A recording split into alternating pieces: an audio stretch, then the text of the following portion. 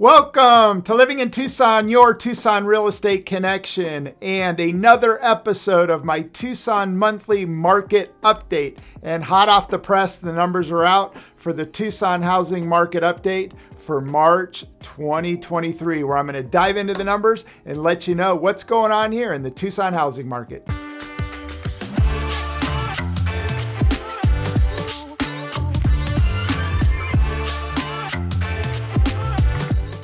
Hello, my name's Tyler Ford, Tucson, Arizona with eXp Realty. And again, welcome for everybody that watches my monthly market update. And if you're new, each and every month I dive on into the numbers to help you better understand what's going on here in the Tucson housing market, where we get out the crystal ball. And although I don't have a crystal ball, there's some things that you can look at and to help you better predict what's going on. Whether you're a buyer or a seller, this video is for you. But towards the end of the video, we go over home inventory, supply and demand, and going to talk a little bit about that so you can get a better idea in terms of how to navigate this market. Before I dive on into the Tucson housing market, I like to cover interest rates in order to give you a good idea of what's going on as far as mortgage interest rates. And rates have pulled back a little bit from the highs, and we're starting to go sideways, where the feds are hopefully not as hawkish and potentially could be putting the brakes on and no longer raising interest rates. So right now, as of this recording, on a 30-year fixed, you're looking at 6.28%. And on a 15-year fixed, you're looking at 5.64%. But one thing, if you're a buyer out there, I would encourage you to take a look at an amortization schedule and look to see whether or not you could afford a 15-year fixed, maybe put a little bit more money down so you can afford the payment. But the nice thing about a 15-year fixed, if we do see a pullback in this market, the amount that you pay each and every month of principal can keep up with a declining market if we do get a pullback in this market. So again, that's what's going on with risk interest rates currently as of this recording. Okay, so let's dive on into the numbers. The first number I want to cover is what we call percentage of list, and that is when somebody lists a home, what percentage of the list price is a seller getting? And in a normal healthy market, percentage of list is anywhere from about 92 to 97%. But one thing to consider here, it's somewhat deceptive because the percentage of list is based on the last list price. So if a seller does a price reduction in the MLS, it doesn't reflect what the price that they started out with when they listed in the MLS. And we're starting to see people do price reductions, but again, percentage of list is based on their last price that they set if they did a price reduction. And it would be beneficial if the MLS would put out some type of statistic where it said how many people did do a price reduction and by what percent. That would be a real meaningful number. So percentage of list for March 2023 for single family homes listed in the MLS was 98.7%. For townhomes and condos, percentage of list was 98.3%. So it's definitely become a more buyer-friendly market.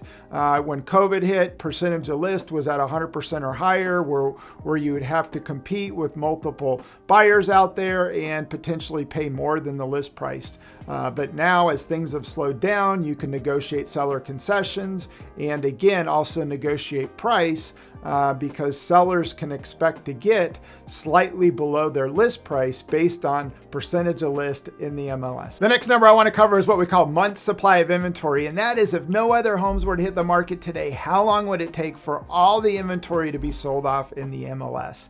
And when COVID hit the last couple of years, month supply of inventory was at 30 days or less just because we had low inventory. And as inventory levels have crept up slightly, months of inventory has increased as well. And I'm going to go over inventory towards the end of this video.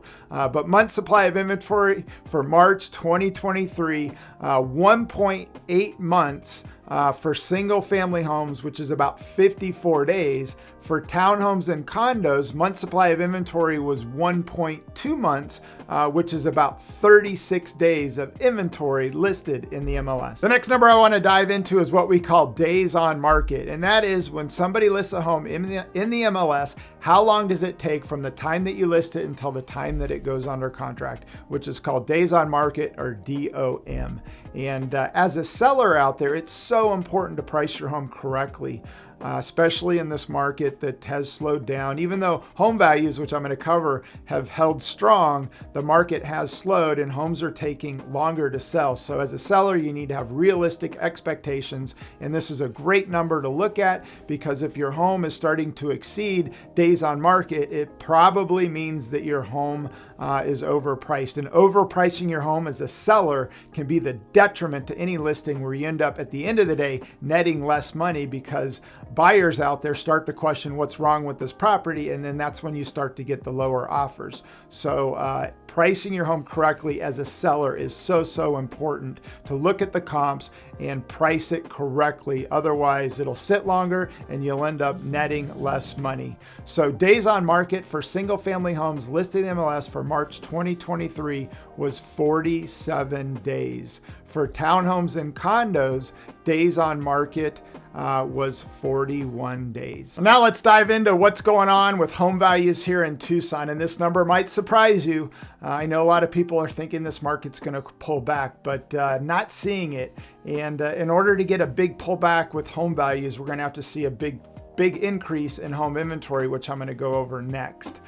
So the median home sales price for March 2023 for single family homes was $375,000, up year over year 1.4%, and up $12,000 month over month. So we saw a $12,000 increase from the previous month for single family homes. For townhomes and condos, the median sales price was $255,000, up year over year 2%, but down $10,000 month over month. So that's what's going on with home values here in Tucson, Arizona. My favorite number, home inventory, economics 101, supply and demand. And over the last couple of years, we saw a huge decrease in home inventory, which has put upwards pressure on home prices. And we've seen double-digit home appreciation over the last couple of years, but that has slowed down, and we're not seeing the double-digit appreciation that we've seen since COVID hit. And although inventory levels are still low, they've increased almost double since the lows. But we would need quite a bit more inventory in order to have more of a buyer's market, and for this market to soften and for home values to pull back. So again, home inventory levels, although they've gone up, they're still propping up this market and keeping home values stabilized in terms of what's happening with home values here in Tucson.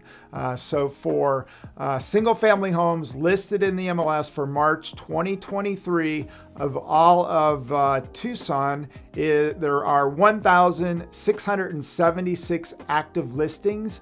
And year over year, home inventory levels have almost doubled. They are up 53.5%. So again, we've seen a big increase, and it's created more of a buyer-friendly market.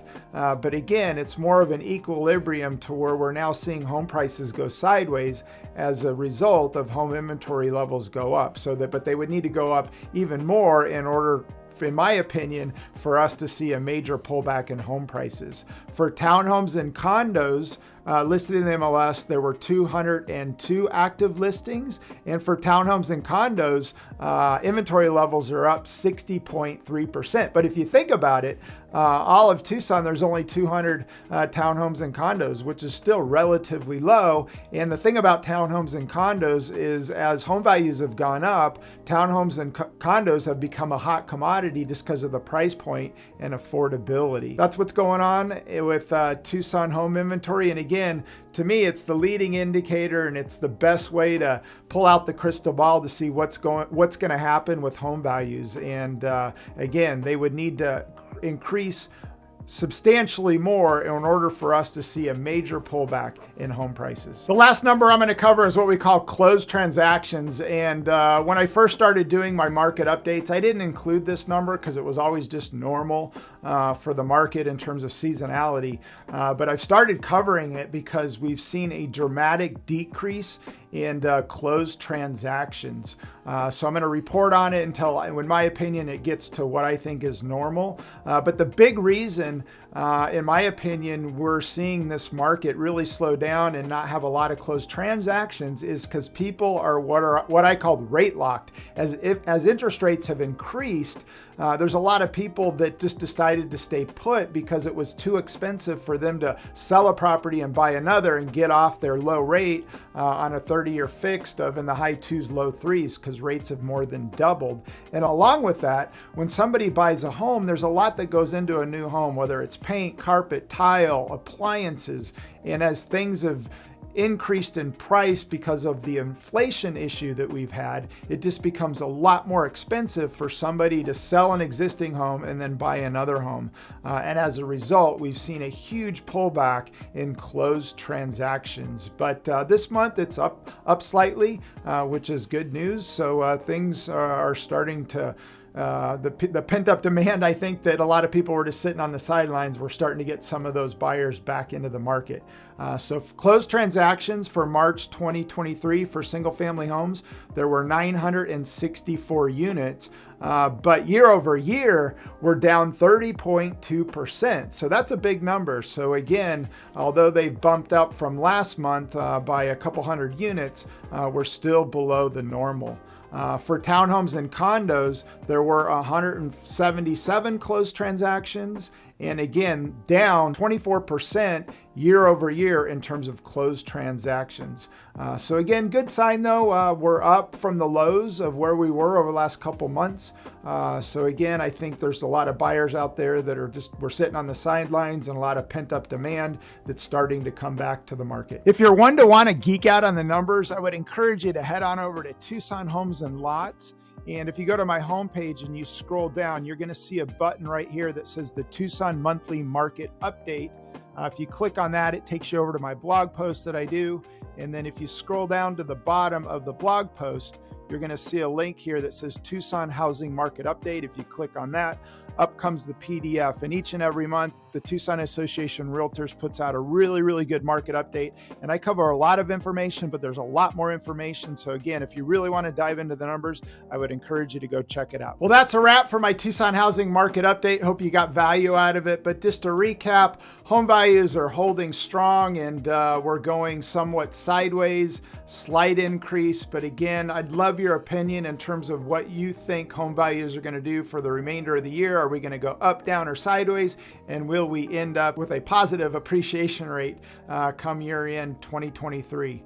But if you're a buyer out there, it's become more of a buyer-friendly market, which is good. You can negotiate price, seller concessions, and not have to compete with a ton of people. If you're a seller out there, I would encourage you to look at the comps, a CMA, and price your home correctly and have realistic expectations that it might take a little bit longer. And again, buyers out there are going to be negotiating price, and it's so important, like I mentioned in the video, to price your home correctly. And at the end of the day, by doing so, you're going to net more money than starting out too high and having to do price reductions. So that's my little bit of advice, especially if you're a seller out there. Price your home correctly, and as a result, you'll end up netting more money. Thanks for watching my Tucson Monthly Market Update, and I hope you got value out of it. If you did, do me a huge favor, give me an internet high five by liking it. If you've got any questions or comments, go ahead and comment below. And for more awesome videos about living in Tucson, your Tucson Real Estate Connection, subscribe to the channel. And if you hit the bell button each and every time a video comes out, you're notified. In the meantime, make it a great day.